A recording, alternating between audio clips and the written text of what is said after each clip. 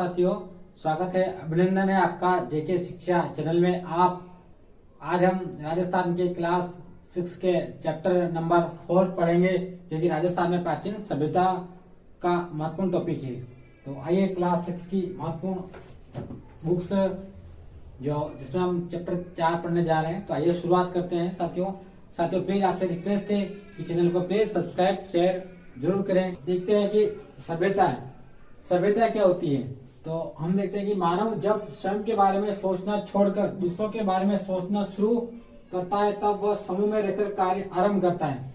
यानी कि जब व्यक्ति या मानव जब स्वयं के बारे में सोचना बंद कर देता है और जब किसी समूह के बीच में जाकर सामूहिक रूप से सोचने लग जाता है, तो इस प्रकार वहां से हमें एक सभ्यता का आरंभ माना जाता है।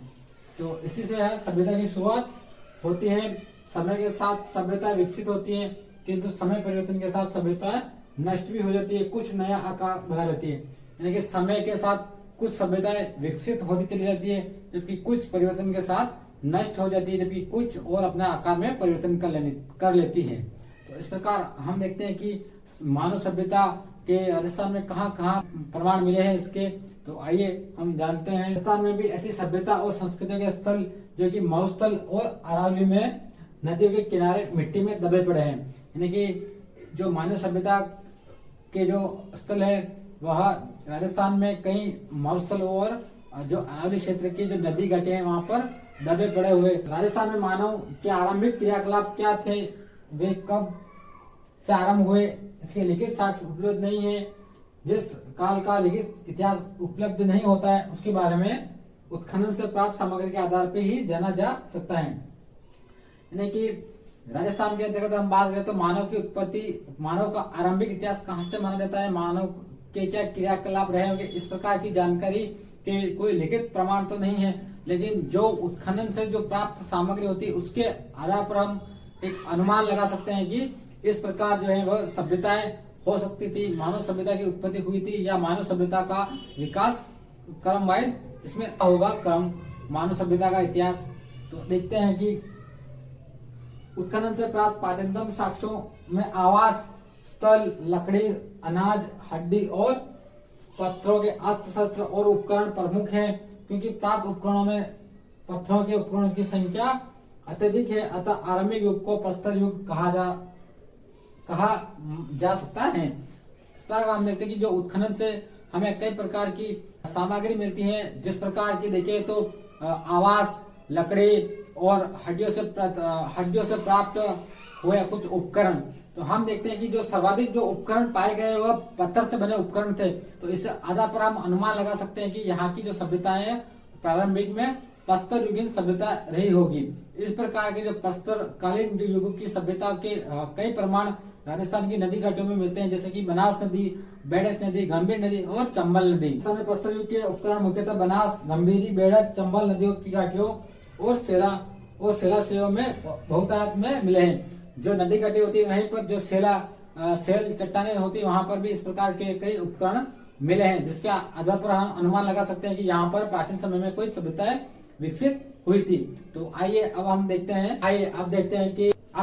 कि जैसे सबसे पहले जो प्रस्तर युग था, पाषाण काल युग था, उसके बाद में धीरे धीरे मानव सभ्यता आगे बढ़ी और पाषाण। अब देखते हैं कि जैसे जैसे पाषाण प्रस्तर काल के बाद में जैसे जैसे सभ्यता मानव विकास का क्रम आगे बढ़ा, वैसे वैसे मानव ने पाषाण काल से लेकर कांस्य युगीन ताम्र सभ्यता की उत्पत्ति होने लगी। और उसके बाद में आइए अब देखते हैं कि जैसे जैसे पाषाण प्रस्तर युग आया, उसके बाद में ताम्र कांस्य युग आया, उसके बाद में लौह युग की उत्पत्ति होने लगी। जैसे प्रस्तर युग के बाद ताम्र कांस्य काल तथा उसके पश्चात लौह युग के अवशेष प्राप्त होते हैं। जैसा कि हम देखते हैं कि जैसे जैसे प्रस्तर युग आरंभ में प्रस्तर युग का उत्पत्ति हुई, तो उसके बाद में जैसे जैसे मानव विकास का क्रम आगे बढ़ा तो तांबे का इस्तेमाल करने लगे। उसके बाद में जो है वह लौह काल का युग आने लग गया। यानी कि पहले जो प्रस्तर युग के उपकरण मिलते थे, उसके बाद में तांबे धातुओं का प्रयोग मानव ने धातुओं का प्रयोग करना आरंभ कर दिया, तो वह तांबे के उपकरण बनाने लग गया। और उस प्रकार जैसे जैसे लोहे की खोज हुई तो उस प्रकार लोहे के उपकरण प्रचलन में आ गए। तो इस प्रकार हम इस युग को ऐसे समझ सकते हैं कि पाषाण प्रस्तर युग आया, बाद में ताम्र कांस्य युग आया, उसके बाद में लौह युग आया। तो हम इनको ऐसे भी कह सकते हैं कि पाषाण सभ्यता, ताम्र सभ्यता या लौह युग की सभ्यता। तो इस प्रकार हम पूर्व में पढ़ चुके हैं कि मानव शिकार से पशुपालन और कृषि कार्य की ओर अग्रसर हुआ, यानी कि पहले पाषाण काल में मानव शिकार करता था, उसके बाद में धीरे धीरे वह पशुपालन करने लग गया और बाद में वह कृषि की ओर अग्रसर हुआ। तो इस प्रकार मानव विकास का क्रम आगे किस प्रकार बढ़ता है, यानी कि ये सभ्यता है, किस प्रकार इन सभ्यता में परिवर्तन होने लगता है। इसी के साथ हम देखते हैं कि पत्थर के स्थान पर उसने धातु के उपकरण बनाना आरंभ किए। धातु में सबसे पहले तांबे का उपयोग किया गया। राजस्थान में ताम्र सभ्यता के अवशेष कालीबंगा, गणेश्वर और आहड़ आदि क्षेत्रों से प्राप्त होते हैं। यानी कि जैसे जैसे पत्थर के स्थान पर उसने धातुओं के उपकरण बनाने आरंभ कर दिए। हम पढ़ चुके हैं कि सबसे पहले धीरे धीरे मानव सभ्यता का क्रम आगे बढ़ा, तो मानव ने पत्थर के उपकरण का उपयोग करते करते वह धातुओं का उपयोग करने लगे और धातुओं में सबसे पहले तांबे और कांस्य युगीन उपकरणों का प्रयोग करने लगे। उसके बाद में लौह से बने धातुओं के उपकरण प्रयोग में लाने लग गया। तो इस प्रकार हम देखते हैं कि जो राजस्थान में इसी प्रकार हम देखते हैं कि राजस्थान में ताम्र सभ्यताएं कहाँ कहाँ मिलती है, जैसे कि गणेश्वर सभ्यता को ताम्र सभ्यता की जननी भी कहते हैं। और इस प्रकार कालीबंगा, गणेश्वर और आहड़ जो सभ्यता उदयपुर में है वह मुख्य रूप से ताम्र सभ्यताएं कहलाती हैं। तो आइए अब हम बात करते हैं कि राजस्थान में सभ्यता के प्राचीन केंद्र, यानी कि जो राजस्थान में जो सभ्यताएं पनपी वहां के प्राचीन केंद्र कहाँ कहाँ से इस प्रकार की सभ्यताएं मिली है, उनके प्रमुख केंद्र आइए अब हम अध्ययन करते हैं। जैसे कि बड़ा पोल सभ्यता, रंगमहल सभ्यता, पीली सभ्यता, कालीबंगा सभ्यता। आप दोनों इनको ऐसे याद कर सकते हैं। पीली काली सभ्यता हनुमानगढ़ में है, जबकि बड़ोपाल और रंगमहल ये सभी सभ्यताएं सिर्फ हनुमानगढ़ जिले में स्थित है। तो इम्पोर्टेंट है कि क्वेश्चन इस प्रकार से बनते हैं कि बड़ा पोल सभ्यता कहाँ स्थित है, रंगमहल सभ्यता कहाँ स्थित है, पीलीबंगा सभ्यता, कालीबंगा सभ्यता। तो ये चार सभ्यताएं प्रमुख रूप से हनुमानगढ़ जिले में मिली हैं। उसी प्रकार हम देखते हैं कि सोती सभ्यता जो बीकानेर में मिली है और तिलवाड़ा सभ्यता बाड़मेर में मिली है। और इस प्रकार देखते हैं बागोर सभ्यता जो है भीलवाड़ा में है और गिलोन सभ्यता राजसमंद में है, आहट सभ्यता उदयपुर में है और नगरी सभ्यता चित्तौड़गढ़ में है, जबकि नगर सभ्यता टोंक में है। इंपॉर्टेंट है, दोनों में डिफरेंस याद रखिए आप। नगरी सभ्यता चित्तौड़गढ़ में जबकि नगर सभ्यता टोंक में। इसके साथ रेड सभ्यता भी टोंक में मिली है और दर सभ्यता भरतपुर में मिली है। और इस प्रकार सोनारी सभ्यता झुंझुनू में है और गणेश्वर सभ्यता सीकर में है, जिसे कि ताम्र सभ्यता की जननी भी इसे कहा जाता है। और बैराट सभ्यता जो कि जयपुर में स्थित है। इस प्रकार ये मुख्य रूप से जो सभ्यता के प्रमुख केंद्र कहाँ कहाँ है और कौन सी सभ्यता कहाँ मिली है वो यहाँ प्रमुख है। अब हम इनके बारे में विस्तार से जानते हैं। अब इनमें हम विस्तार से जानेंगे तो इन सभ्यता में हम यही पढ़ेंगे कि इस सभ्यता में कौन कौन से उपकरण मिले, किस नदी घाटी सभ्यता, किस नदी के किनारे सभ्यता हमें प्राप्त हुई है और इसके खोजकर्ता कौन है प्रमुख, और प्रमुख रूप से इनमें कौन से उपकरण पाए जाते हैं। उस समय की ये तत्कालीन जो उस समय की परिस्थितियां बताएगी हमें कि उस समय क्या क्या मानव सभ्यता का विकास किस प्रकार आगे बढ़ता गया और उस समय तत्कालीन जो समय था उस समय मानव किन किन उपकरणों का यूज करता था, उनमें कौन सी कलात्मक आकृतियां इसमें प्रयोग की जाती थी। जिस प्रकार की आहट सभ्यता में लोग जो प्रतिभाग मिले हैं, तो इस प्रकार जो हम अब इन सभ्यता के बारे में अध्ययन करते हैं। हम एक एक करके इन सभ्यताओं के बारे में विस्तार से अध्ययन करते हैं। तो सबसे पहले हम देखते हैं कि एक मानचित्र के जरिए आपको बता देते हैं कि जो हमारे राजस्थान में कहाँ कहाँ ये सभ्यताएं कहाँ कहाँ स्थित है। देखिए पूरा मैप पूरा एग्जैक्ट नहीं बना है, उसके लिए माफी चाहता हूँ, लेकिन कुछ प्रयास किया है। तो अब हम देखते हैं कि सबसे पहले हनुमानगढ़ जिले में हमने पढ़ा कि हनुमानगढ़ जिले में 4 प्रमुख सभ्यताएं मिली, जैसे कि जो प्रमुख सभ्यता है कालीबंगा सभ्यता, बड़ा पोल सभ्यता, पीलीबंगा, रंगमहल, ये सारी सभ्यताएं यहाँ राजस्थान के उत्तर में स्थित हनुमानगढ़ जिले में स्थित है। जबकि बीकानेर में हम देखेंगे तो सोती सभ्यता, बीकानेर के अंतर्गत सोती सभ्यता और बाड़मेर के अंदर तिलवाड़ा सभ्यता और राजसमंद में गिलोन सभ्यता, उदयपुर में आहट सभ्यता और चित्तौड़गढ़ में नगरी सभ्यता, बागौर में भीलवाड़ा की बागौर सभ्यता, जयपुर की बैराट सभ्यता, टोंक में मिली रेड व नगर सभ्यता, सीकर की गणेश्वर सभ्यता, झुंझुनू की सुनाई सभ्यता और भरतपुर की दर सभ्यता। तो इस प्रकार ये पूरा मैप है। राजस्थान मानचित्र है, देखिए राजस्थान में सभ्यता के प्राचीन केंद्र, ये राजस्थान में सभ्यता के प्राचीन केंद्र का महत्वपूर्ण मैप है। तो इस प्रकार अगर आप देख पाएंगे कि जो हमारे जो बुक्स है उसमें भी इस प्रकार आप देख सकते हैं ये। तो उम्मीद करता हूं कि साथी आपको समझ आ रहा होगा। तो आइए अब पढ़ लेते हैं सबसे पहले कालीबंगा सभ्यता। तो देखिए सबसे पहले कालीबंगा सभ्यता की अगर बात करें तो इसको सर्वप्रथम किसने खोजा। महत्वपूर्ण ये है कि कहाँ स्थित है, तो हम देखते हैं कि हनुमानगढ़ जिले में स्थित है। खोजा किसने, तो अमलानंदन घोष ने इसको सर्वप्रथम खोज निकाला। और लगभग दरस्वती और सरस्वती जो नदियां बहती है हनुमानगढ़ जिले में, दरस्वती और सरस्वती जो नदियां बहती है उसमें लगभग इन्होंने 2 दर्जन लगभग स्थल खोजे। उनमें से महत्वपूर्ण जो स्थल था वह था कालीबंगा, जो कि घग्गर नदी के किनारे स्थित है। मोस्ट इंपोर्टेंट है ये कि घग्गर नदी के किनारे कोई स्थान खोजा गया था, वह था कालीबंगा सभ्यता। तो अमलानंदन घोष इसकी खोज करता है। और उसके बाद हम देखते हैं कि खुदाई, उसके बाद खोज करने के बाद इसकी खुदाई होगी। तो खुदाई में कौन कौन थे, तो देखते हैं कि बीबी लाल, बीके थापर। बीबी ने थाप रखी तो गाल लाल हो गया, ऐसे याद कर सकते हैं आप, सिर्फ याद करने की दृष्टि से कि बीबी ने थप्पड़ मारी, थाप से थप्पड़ मारी तो गाल लाल हो गया। बीबी लाल और बीके थापर के निर्देशन में बाद में खुदाई का आरंभ किया गया। खुदाई में यहाँ सिंधु सभ्यता काल का एक नगर मिला, यानी कि जब ये खुदाई की गई तो इसमें अमलानंदन घोष और जो बीबीलाल और बीके थापर ने पाया कि इसमें सिंधु सभ्यता के समान एक नगर मिला उनको। सबसे पहले वहाँ एक टीले की खोज हुई और देखा तो वहाँ एक नगर, बड़ा सा नगर मिला उनको। तो नगर मिला तो हम देखते हैं कि जिसके मकान में ईंटों का प्रयोग किया गया था, यानी जो नगर मिला तो उसमें उन्होंने देखा कि जो मकान, नगर जो बना था मकान, वह ईंटों का बना हुआ था। तो ईंटों का बना हुआ, तो इस प्रकार उन्होंने उसका अनुमान सिंधु घाटी सभ्यता से जोड़ा। तो इस प्रकार राजस्थान में हमारे सिंधु घाटी सभ्यता की समान जो हो गई। तो देखते हैं आगे, मकान में 4-5 बड़े तथा कुछ छोटे छोटे कमरे होते थे। मकान देखा तो कुछ मकान तो बड़े होते थे और कुछ मकान छोटे होते थे। तो इस प्रकार और भी क्या विशेषता रही थी, तो बस्ती के गंदे पानी के निकास के लिए यहाँ की ईंटों की नालियां बनी हुई थी। वहां पूरी बस्ती मिली तो बस्ती में जल निकासी के लिए जो नालियां बनी हुई थी, तो इस प्रकार ईंटों की नालियां बनी हुई थी। तो इस प्रकार हम कह सकते हैं कि ये पूरा उस समय की सभ्यता वहां पनपी थी।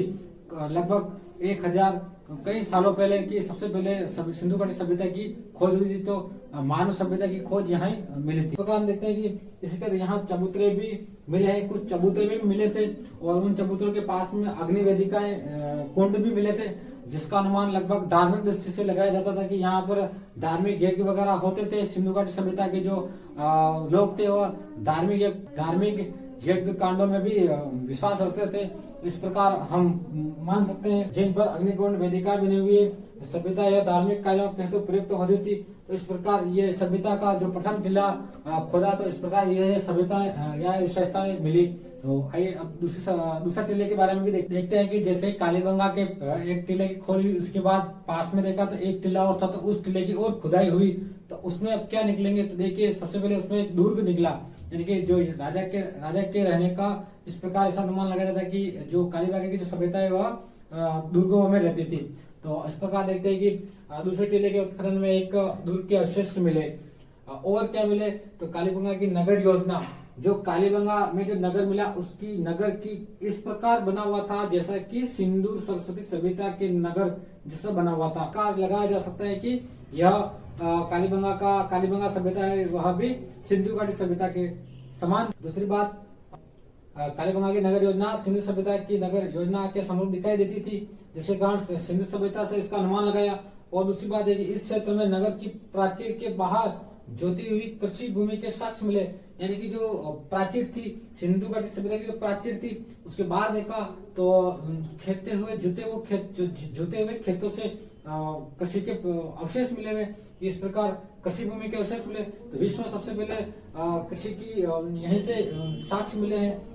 तो खुदाई में, और उसके अलावा खुदाई में गाय के मुख वाले प्याले खुदाई हुई, तो और गाय के जो मुख वाले मुख के समान जो प्याले मिले, और यहाँ तांबे के बेल मिले, तांबे के बेल मिल गए उनको, देखिए।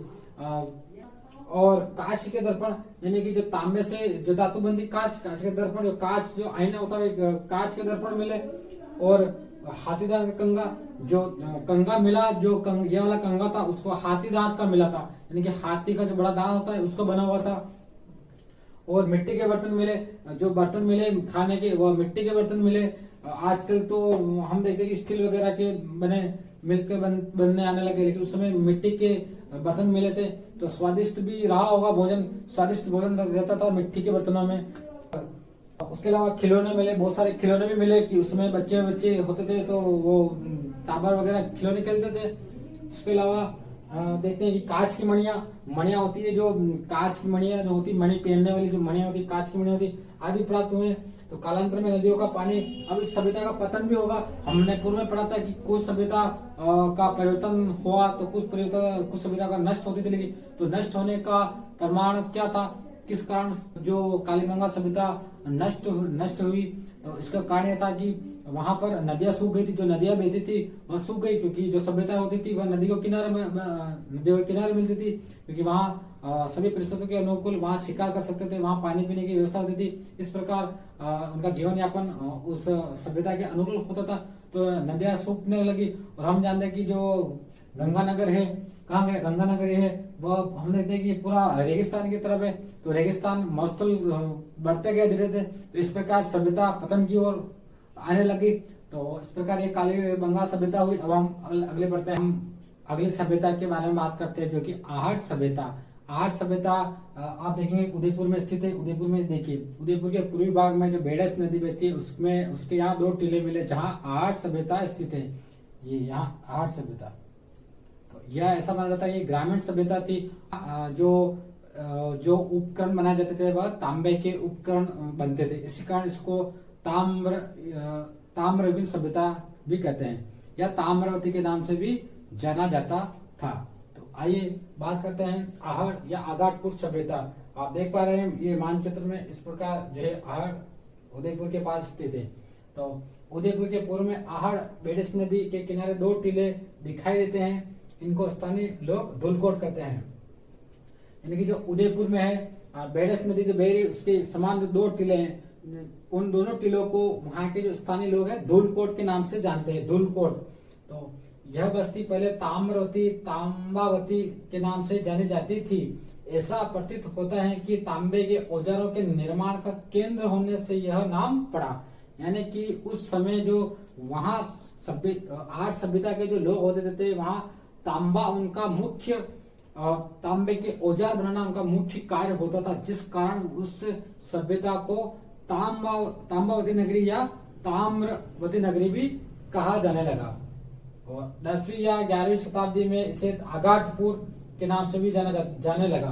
तो हमें ये याद रखना कि आगाटपुर के नाम से भी लगभग 10वीं और 11वीं शताब्दी में इसका नाम जाने लगा। तो आगाटपुर, ताम्रवती या तांबावती या आगाटपुर सभ्यता या आहट सभ्यता, ये नाम आपको याद रखने हैं। या 3-4 नाम तो हर सभ्यता के नाम हमको मिलेंगे और याद रखने पड़ेंगे।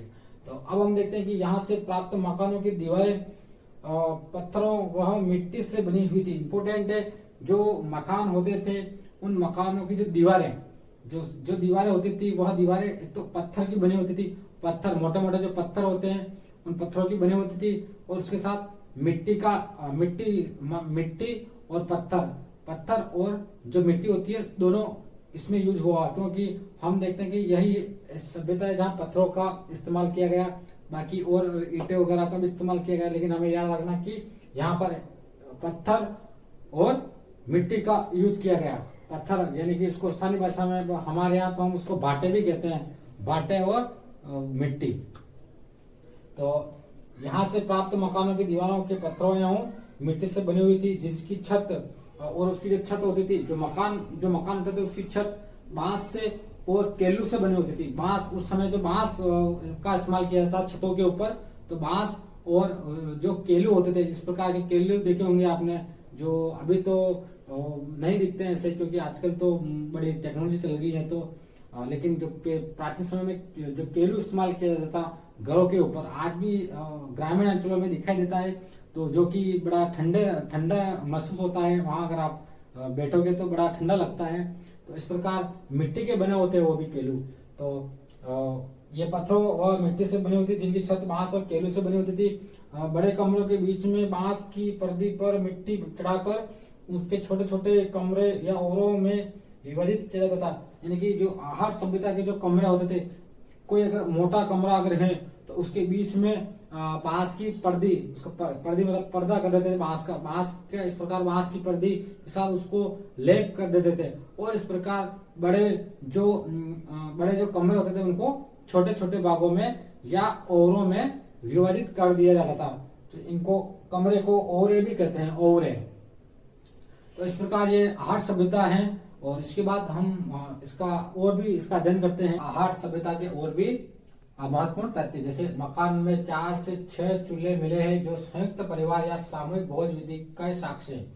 यानी कि जो आहट सभ्यता मिली है उसके अंतर्गत ऐसा माना जाता है कि मकानों के अंतर्गत 4 से 6 चूल्हे एक साथ मिले। तो इसका मतलब पुरातत्वविदों ने यह अनुमान लगाया कि यहाँ पर सामूहिक भोजन किया जाता था या संयुक्त परिवार की परंपरा थी। तो इन चूल्हों को संयुक्त परिवार से जोड़ा या सामूहिक भोज विधि के साक्ष्य हैं। यहाँ उच्च कोटि के चावल उत्पादित किए होते थे और यहाँ पर उच्च कोटि के चावल का उत्पादन भी होता था। और आहड़ में भट्टीनुमा चूल्हा मिला, जिससे यहाँ पता चलता है कि यहाँ तांबा पिघलाया जाता था। बहुत ही मोस्ट इम्पोर्टेंट फैक्ट है ये।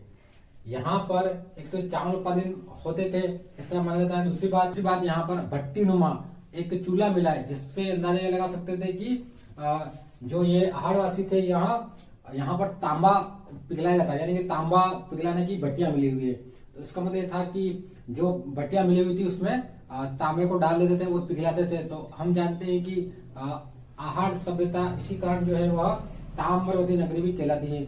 और इससे और भी वर्तमान में अगर हम नजर दृष्टि डालें तो हमें पता है कि जो देवबारी की खान है वहां भी आज में शीशा जस्ता पिघलाया जाता है।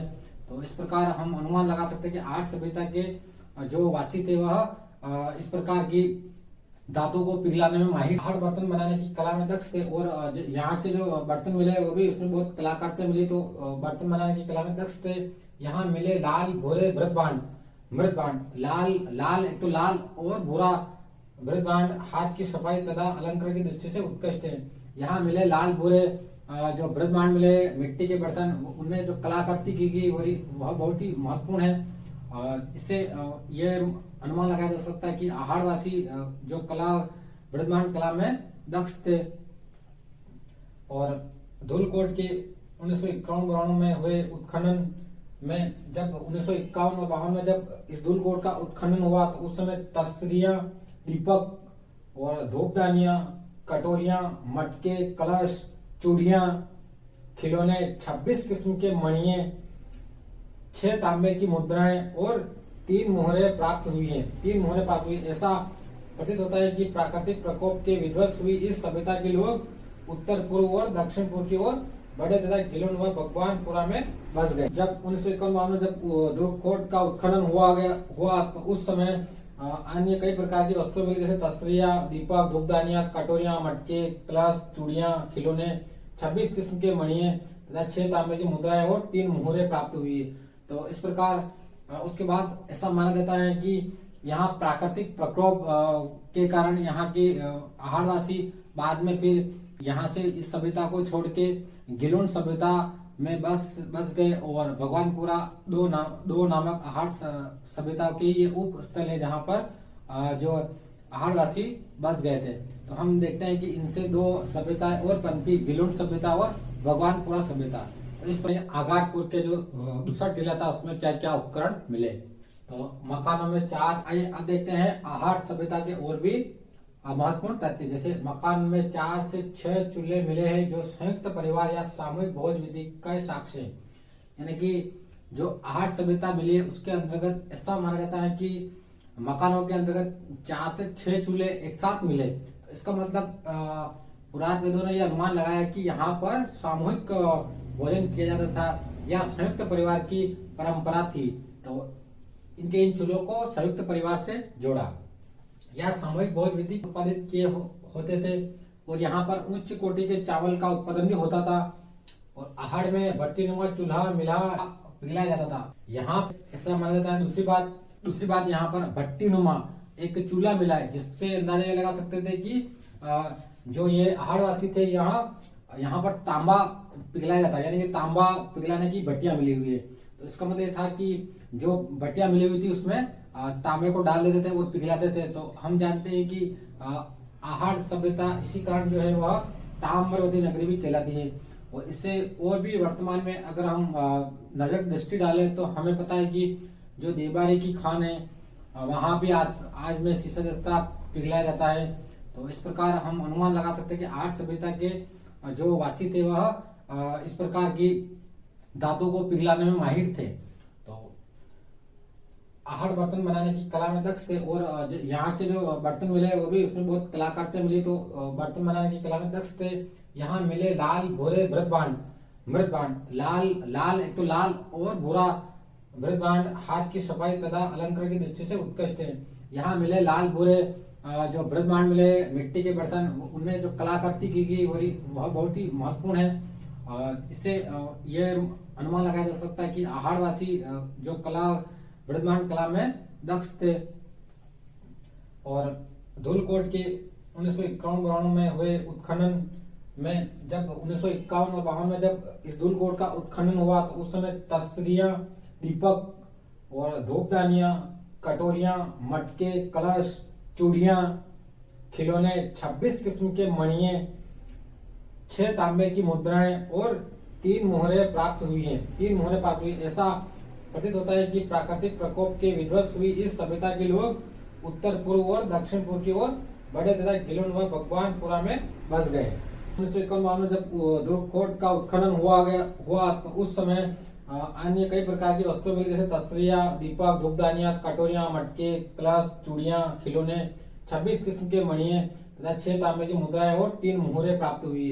तो इस प्रकार उसके बाद ऐसा माना जाता है कि यहाँ प्राकृतिक प्रकोप के कारण यहाँ के आहारवासी बाद में फिर को छोड़ के गिलोन सभ्यता में बस गए और भगवानपुरा दो नामक आहार सभ्यता के ये उप स्थल है जहाँ पर जो आहारवासी बस गए थे। तो हम देखते हैं कि इनसे 2 सभ्यताएं और पनपी, गिलोन सभ्यता और भगवानपुरा सभ्यता। तो इस प्रकार आहार सभ्यता कंप्लीट होती है। इस प्रकार हमने देखा है कि आहारवासी बाद में जब इस प्रकार हम देखते हैं कि जो आहारवासी है प्राकृतिक प्रकोप के कारण यह। अब बात करते हैं भालातल सभ्यता। भालातल सभ्यता उदयपुर जिले की बल्लभनगर तहसील के भालाथल में मिली यह सभ्यता ताम्र पाषाण कालीन आहार संस्कृति से संबंधित है। यानी कि जो भालातल सभ्यता है वह भी उदयपुर जिले के तहसील है बल्लभनगर तहसील में मिली है और यह भी ऐसा माना जाता है कि ताम्र पाषाण कालीन सभ्यता है। यहाँ पर भी ताम्र पाषाण कालीन संस्कृति पनपी है, जो कि लगभग उदयपुर की जो आहार सभ्यता है उसी से संबंधित है। उदयपुर की आहार सभ्यता से ही यह संबंधित है। तो आइए बात करते हैं यहाँ क्या मिले। तो यहाँ 11 कमरों के एक बड़े भवन एवं दुर्ग जैसे चिन्ह भी मिले हैं, प्राप्त हुए। यहाँ पर 11 कमरों का एक बड़ा भवन मिला, मोस्ट इंपोर्टेंट है। और इसी के साथ इसमें दुर्ग के अवशेष भी यहाँ पर मिले हैं। बालातल से तांबे के चाकू। यहाँ अब हम देखते हैं कि ताम्र पाषाण संस्कृति इसको क्यों कहते हैं, क्योंकि यहाँ पर तांबे के चाकू मिले, कुल्हाड़ी मिली हुई, छेनी, बाण जैसे उपकरण तथा कर्णफूल, गले के हार की लटकन, जो गला होता है गले की हार की लटकन मिली हुई है, आदि आभूषण मिले हुए। तो यानी कि कह सकते हैं कि यहाँ पर जो है तांबे के आभूषण मिलने के कारण को ताम्र पाषाणकालीन सभ्यता भी कहते हैं। और यहाँ के निवासियों में मिश्रित अर्थव्यवस्था प्रचलित थी। मिश्रित अर्थव्यवस्था का मतलब ये होता है कि जो पशुपालन के साथ जो कृषि भी करते हैं तो मिश्रित पशुपालन व्यवस्था कहलाती है। तो इस प्रकार कृषि, पशुपालन तथा शिकार तीनों जीविका के साधन थे। तो इनकी जीविका के साधन थे तो कृषि, पशुपालन और शिकार। बालाथल से लोह काल के अवशेष भी प्राप्त हुए, इंपोर्टेंट है। तो बालाथल सभ्यता थी वहां से लोह काल के भी उपकरण मिले, तो लोह काल भी सभ्यता मान सकते हैं अपन इसको। लोह के उपकरण मिले हैं, तांबे के उपकरण मिले और पाषाण काल के भी उपकरण मिले हैं। तो तथा लोहे गलाने की भट्टियां के चिन्ह मिले, लोहे की भट्टियां गलाने के चिन्ह यहाँ पर मिले हैं, इंपोर्टेंट है। विराट के अतिरिक्त बालातल ही ऐसा स्थान है जहां बुना हुआ वस्त्र मिला, इंपोर्टेंट है, बहुत इंपोर्टेंट है कि बुना हुआ वस्त्र कहाँ से मिला, तो बालातल में मिला। इसके साथ जो बेराट सभ्यता जो जयपुर में स्थित है वहां पर भी इस प्रकार की बुना हुआ वस्त्र मिला है। तो ये हमारी कंप्लीट हुई। और आप सब जानते हैं कि बालातल सभ्यता उदयपुर में है, जबकि आर्य सभ्यता भी उदयपुर में है। आर्य सभ्यता प्रॉपर उदयपुर में, जबकि जो बालातल सभ्यता है, बालातल सभ्यता उदयपुर जिले के वल्लभनगर तहसील में स्थित है। और इस प्रकार आर्य सभ्यता के हमने देखा कि गिलोन सभ्यता, भगवानपुरा सभ्यता, इस प्रकार की जो है वह आर्य से संबंधित थी। तो आइए अब अपन अगली जो करते हैं वह गणेश्वर सभ्यता। आइए अब बात करते हैं अपन गणेश्वर सभ्यता की। गणेश्वर सभ्यता कहाँ स्थित है और क्या क्या उपकरण यहाँ से प्राप्त हुए हैं। तो हम देखते हैं कि गणेश्वर सभ्यता सीकर जिले के नीम का थाना तहसील में गणेश्वर से एक विशिष्ट संस्कृति के अवशेष मिले हैं। इसे ताम्र संचय संस्कृति भी कहा जाता है।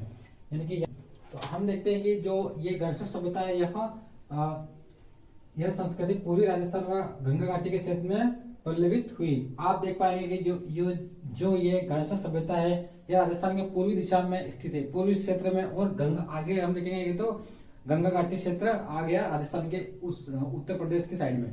तो हम देखते हैं कि यह जो है वह पूर्वी राजस्थान एवं गंगा घाटी क्षेत्र में पल्लवित हुई। इसके साथ देखते हैं कि गणेश्वर में ताम्र उपकरण बहुयात में मिलते हैं, जिसका कारण खेतड़ी ताम्र भंडार निकटता रही होगी। यानी कि यहाँ से जो उपकरण है तांबे के बहुत मिले। अब बहुत मिलने का कारण यह है कि यानी इसके आसपास, जैसे कि इसके जस्ट पास में झुंझुनू का एक खेतड़ी जो स्थान है वह ताम्र खानों का एक महत्वपूर्ण भंडार क्षेत्र है। यहाँ पर बहुत ही खाने हैं तांबे की, खेतड़ी नामक स्थान पर। इसके कारण ये इसके निकट रहा होगा, इसके कारण हम मान सकते हैं कि यहाँ पर तांबे के उपकरण बहुयात मात्रा में प्राप्त हुए हैं।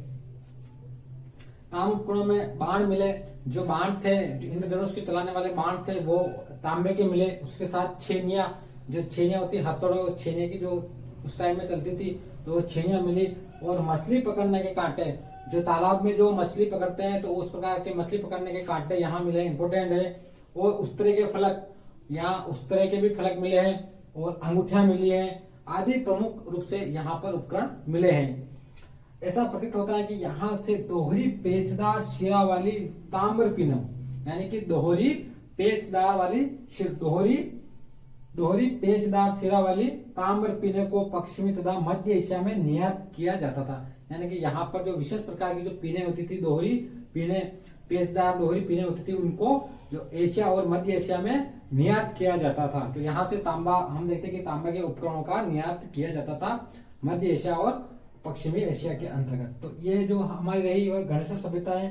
तो आगे हम आइए और देख लेते हैं कि गणेश्वर सभ्यता में मिट्टी के 2 प्रकार के बर्तन मिले हैं। जो गणेश्वर सभ्यता हमें मिली है उसमें मिट्टी के 2 प्रकार के बर्तन मिले हैं। मिट्टी के 2 प्रकार के बर्तन गणेश्वर सभ्यता में मिले, याद रखिए कौन कौन से। एक तो हड़प्पा पूर्व संस्कृति के हल्के लाल रंग के पतले बर्तन, हड़प्पा सभ्यता थी, उससे पहले की जो संस्कृति उसके हल्के लाल रंग के पतले बर्तन, हल्का पतले बर्तन मिले लेकिन हल्का लाल रंग, एक तो ये याद रखें। दूसरा लाल चिकनी मिट्टी, विशिष्ट चित्रकारी वाले मजबूत बर्तन। इन बर्तनों में मर्तमान, कलश, प्याले, तसले, ढक्कन, हांडी प्रमुख हैं। जो दूसरे प्रकार के जो बर्तन मिले हैं लाल चिकनी मिट्टी के, उनमें विशिष्ट चित्रकारी की गई है और बहुत मजबूत है। और उसके अलावा इन बर्तनों में मर्तमान, कलश, प्याले, तसले तथा ढक्कन, हांडी प्रमुख है। जो हांडी वगैरह ढक्कन ये प्रमुख मिले हैं। तो 2 प्रकार के बर्तन मिले, हड़प्पा से पूर्व वाले के लाल कलर के पतले हल्के पतले थे, जबकि दूसरे जो है चिकनी मिट्टी के बर्तन थे उनमें से हांडी वगैरह प्रमुख थे, ढक्कन, हांडी वगैरह है ना, और मर्तमान, प्याले वगैरह सारे। दूसरी बात देखते हैं कि जो आर्य सभ्यता और गणेश्वर सभ्यता दोनों ताम्रपाषाण कालीन सभ्यता थी, लेकिन इनके ताम्रपाषाण काल की थी, किंतु इनके ऊपरी स्तर पर लौह युग के अवशेष भी प्राप्त हुए हैं। तो इंपोर्टेंट है, जो आर्य सभ्यता और गणेश्वर सभ्यता दोनों के जो ऊपरी परत में जो खुदाई हुई तो उसमें लौह के अवशेष भी प्राप्त हुए। इस कारण हम इसके लौह युगीन सभ्यता भी इसको कह सकते हैं, क्योंकि लौह के भी उपकरण मिले। स्पेशली देखा जाए तो यह ताम्रपाषाण कालीन सभ्यता है। लोहकालीन इतिहास, अब हम देखते हैं कि जो लोहकालीन इतिहास को जानने की स्रोत के जो प्रमुख सभ्यता है वह कौन कौन सी है। तो लोहकालीन इतिहास को जानने के लिए बैराट सभ्यता, साबर, बागोर, रेड आदि सभ्यता श्लोक का विवरण उल्लेखनीय है। तो इस प्रकार जो है वह गणेश सभ्यता कंप्लीट। आइए अब बात करते हैं अपन बैराट सभ्यता, जो कि बहुत ही इंपोर्टेंट है, जो कि जयपुर जिले में स्थित है। जयपुर जिले के एक बैराट नामक स्थान पर मिली हुई है। बैराट सभ्यता जयपुर जिले में स्थित बैराट कस्बा हर युग में सभ्यता संस्कृति का प्रमुख केंद्र रहा। यानी कि जो भी युग आते गए उसमें कहीं न कहीं जो बैराट सभ्यता ने महत्वपूर्ण भूमिका निभाई है, क्योंकि वहाँ जो यह बैराट होता था यह मुख्य केंद्र हुआ करता था तत्कालीन जो सभ्यता होती थी या तत्कालीन जो युग आते थे उनके। जैसे कि हम देखते हैं कि जो बैराट सभ्यता जयपुर के सेंटर में स्थित है। जयपुर के यहाँ इस जगह देखिए आप कि ये बैराट सभ्यता है और इसकी बिजक की पहाड़ी और भीम डूंगरी पुरातत्व की दृष्टि से महत्वपूर्ण है। यानी कि ये सभ्यता है, यहाँ पर दो प्रकार की डूंगरियां मिली हुई है। जो दो प्रकार के, एक तो कहेंगे भीम डूंगरी और एक कहेंगे गणेश डूंगरी। भीम डूंगरी और गणेश डूंगरी जो कि पुरातात्विक स्रोत से बहुत ही महत्वपूर्ण है, क्योंकि वहाँ खुदाई में बहुत सारे अवशेष मिले हैं। और उसके अलावा महाभारत में इसका उल्लेख के मत्स्य जनपद की राजधानी विराटनगर के रूप में हुआ है। महाभारत की बात करें तो उस समय इसका क्या महत्व था बैराट सभ्यता का। तो उस समय जो था एक मत्स्य जनपद के अंतर्गत आता था और मत्स्य जो जनपद था उसकी राजधानी हुआ करती थी, जो कि विराटनगर के नाम से यह राजधानी हुआ करती थी। विराट नाम का यहाँ राजा था और विराटनगर के नाम से यहाँ की राजधानी हुआ करती थी महाभारत के टाइम में। इसके कारण हम हर युग में इसको महत्वपूर्ण मानते हैं इस सभ्यता को। यहाँ पर पांडवों ने अपने अज्ञातवास के अंतिम दिन व्यतीत किए थे। अब महाभारत की बात चल रही है, तो महाभारत के टाइम में हम देखते हैं कि जो पांडवों को जब अज्ञातवास दिया गया था तो उनके जो अंतिम दिन उन्होंने इसी जगह पर आकर व्यतीत किए थे, जिसके कारण हम देखते हैं कि यहाँ की एक डूंगरी का नाम भीम डूंगरी भी रखा है। और देखते हैं कि मौर्य काल में यह एक प्रमुख केंद्र था, जहां अशोक के दो स्तंभ लेख बाबरू या बैराट शिलालेख एवं बौद्ध मठ के अवशेष प्राप्त हुए हैं। अब महाभारत की बात अगर हम बात करें तो मौर्य काल की, तो मौर्य काल के युग में जब सम्राट अशोक था उस समय यहाँ के दो प्रमुख अशोक के शिलालेख मिले हैं, जिसको हम बाबरू शिलालेख भी कह सकते हैं या विराट शिलालेख भी कह सकते हैं। और यहाँ बौद्ध मठ के अवशेष भी मिले हैं, यहाँ बौद्ध मठ के अवशेष प्राप्त हुए हैं। यहाँ एक कमरे में 36 चांदी की मुद्राएं मिली है। एक यहाँ पर एक कमरा मिला है, उसमें 36 चांदी की मुद्राएं मिली। उसमें से लगभग 8 जो है पंचमार्क सिक्के तथा 28 जो है वह भारतीय यूनानी शासकों के सिक्के हैं। यहाँ एक कमरे में 36 चांदी की मुद्राएं मिली है, जिनमें 8 पंचमार्क एवं 28 भारतीय यूनानी शासकों की हैं। इस प्रकार हम देखते हैं कि और भी इसके बारे में हम अध्ययन करें कि जो बैराट सभ्यता में यहाँ खुदाई में स्वास्तिक तथा तीरत्न चक्र के चिन्ह युक्त अलंकृत घड़े, दीपक, नाचता हुआ पक्षी, पत्थर की संदूकें, लोहे की कीलें एवं हाथ से बना हुआ वस्त्र भी मिला है। यहाँ की हमने पूर्व में पढ़ा है कि जो बालातल जो सभ्यता थी वहां पर भी हाथ से बुना हुआ वस्त्र मिला, तो यहाँ पर भी मिला। दो याद रखिए आप, है ना, बालातल और बैराट, दोनों में ब से बालातल, ब से बैराट। और उसके अलावा स्वास्तिक चिन्ह मिला है, तीरत्न चक्र के चिन्ह, 3 रत्न के चक्र के चिन्ह, अलंकृत घड़े, जो घड़े थे उन पे अलंकृत किया हुआ था। उसके साथ दीपक, कुछ दीपक मिले, नाचता हुआ पक्षी, जो नाच रहा हुआ पक्षी मिला, और पत्थर की संदूकें, जो पत्थर की संदूकें मिली है जिनमें कुछ रखते थे ये, और लोहे की किले, जो किले मिली हुई वो लोहे की किले मिली, एवं हाथ से बना हुआ वस्त्र भी मिला है। उपयुक्त स्थलों के अतिरिक्त राजस्थान में जैसे भीलवाड़ा के बागौर और ओजियाना, हम 2 स्थानों पर पढ़ेंगे, जैसे भीलवाड़ा के बागौर और ओजियाना। उसी प्रकार जयपुर के सांबा, जोधपुरा में, टोंक के रेडवा नगर में, चित्तौड़ की नगरी में, भरतपुर के नौ में, जालोर के भिनमाल में और राजसमंद के पचमता तथा गिलोड में, इन सभी के अंतर्गत ताम्र युगीन संस्कृति के उपकरण मिले, पाषाण युगीन संस्कृति के अवशेष मिले और लौह युगीन के अवशेष मिले, जिसके कारण इनको ताम्र, पाषाण और लौह संस्कृति ये सभी भी कहते हैं। और ये हम एक प्रकार से ताम्र, पाषाण और लौह संस्कृति को प्रकट करते हैं। तो ये हमारा अध्याय समाप्त हुआ। अध्याय नंबर 4 हमारा जो राजस्थान में प्राचीन सभ्यता स्थल, आपने देखा होगा कि जो मैप में जितने भी हमने सभ्यता को दर्शाया उन सभी को हमने विस्तार से पढ़ा और एक एक करके एक पर्टिकुलर रूप से हमने पढ़ा। और मैं उम्मीद करता हूँ कि आप सभी साथियों को ये वीडियो कंटेंट समझ में आया होगा। और हम जो राजस्थान में जो सभी प्रकार के कॉम्पिटिटिव एग्जाम आते हैं उसमें ये पूछे जाते हैं, जैसा कि ये बुना हुआ वस्त्र ये ना बुना हुआ वस्त्र, ये अभी जो हाल ही में जो सेकंड ग्रेड की जो फर्स्ट जीके का जो पेपर आया उसमें पूछा गया था। जो 30 जुलाई के जो पेपर में है वह पेपर में पूछा गया है, जो कि आज ही ये पेपर में अभी लेके आया हूँ। और इसमें करीब करीब ये पूछा हुआ है सवाल कि निम्न में से बुना हुआ वस्त्र कहाँ है। ये देखिए आप 94 में आप देख पा रहे हैं। ये देखिए, निम्नलिखित में से किस पुरातन स्थल के निवासी वस्त्र बुनाई की तकनीक से परिचित थे। ये आप देख सकते हैं, ये वाला क्वेश्चंस। ये क्वेश्चंस इस प्रकार फैक्ट टू फैक्ट क्वेश्चंस मिलते हैं जो गवर्नमेंट बुक्स होती हैं उनमें से। तो आशा उम्मीद करता हूँ कि साथियों आपको कंटेंट समझ में आया होगा। तो प्लीज चैनल को सब्सक्राइब जरूर करें, अधिक से अधिक ग्रुपों में शेयर करें, ताकि हमारा भी आत्मविश्वास बना रहे और हम इस प्रकार कंटेंट लाकर रहें, क्योंकि बहुत मेहनत आती है। साथियों आप देख पा रहे हो, लिख रहा हूँ और वापस लिखने के बाद वापस हम मिटा रहे हैं, वापस लिख रहे हैं। इस प्रकार जो नेक्स्ट जो टॉपिक है हम इसको पूरी कंप्लीट करेंगे। और पांचवा जो है, आजादी से पूर्व सरकार का स्वरूप। राजस्थान में आजादी से पूर्व सरकार का स्वरूप किस प्रकार का था वो हम पढ़ेंगे। तो मैं उम्मीद करता हूं कि पांचवें वीडियो का आप इंतजार करेंगे। तो साथियों हमें दीजिए इजाजत आज के लिए। धन्यवाद। जय हिंद, जय भारत।